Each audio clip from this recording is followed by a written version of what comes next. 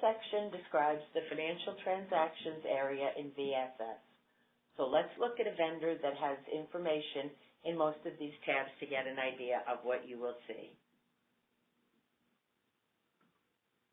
On the Agreement subtab, and here's our financial transactions.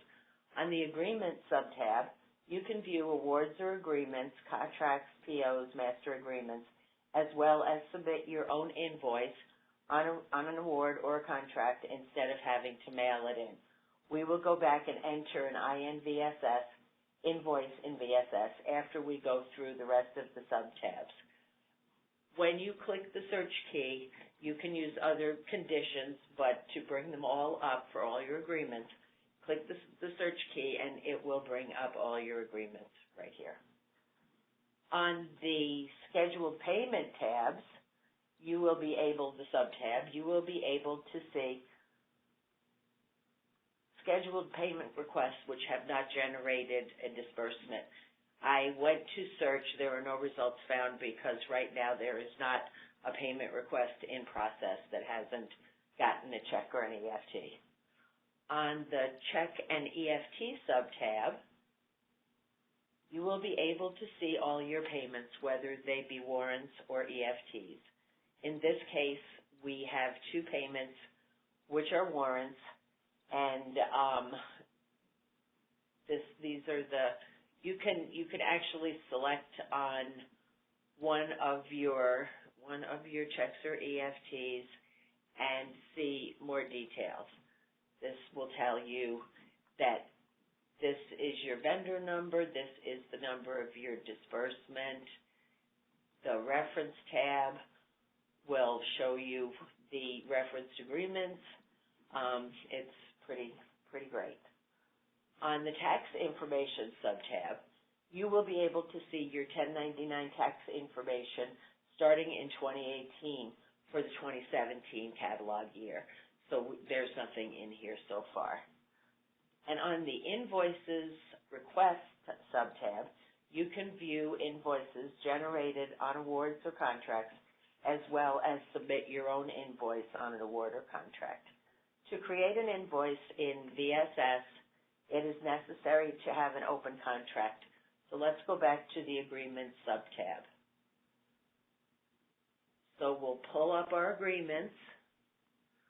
We will select a contract right here, and then we will go down to Create Invoice Request.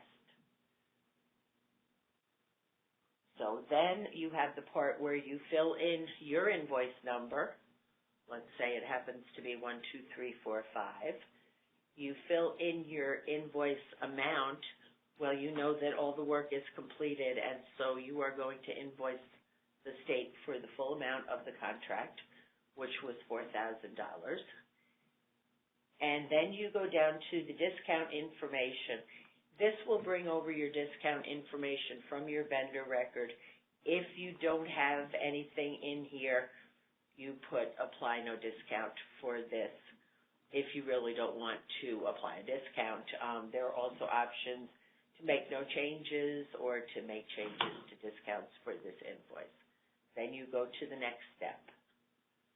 On your next step, you will have your line information. It looks like there is only one line on this purchase order for $4,000 for appraisal services for real estate. So you select your line. If there are multiple lines, you can do select all, or you can just select certain lines. So you have that. If you want to put comments,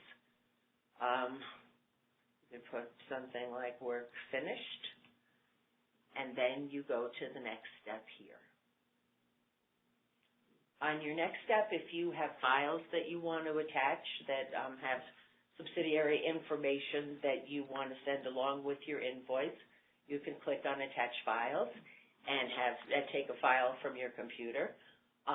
Here, it'll just give you more information if you want to add comments, attachments of work done, or whatever you would like to say. So then you go to the next step on here, and you will see your invoice summary. Your company is Rocket Fuel. Your invoice number is 12345. Your invoice amount is $4,000.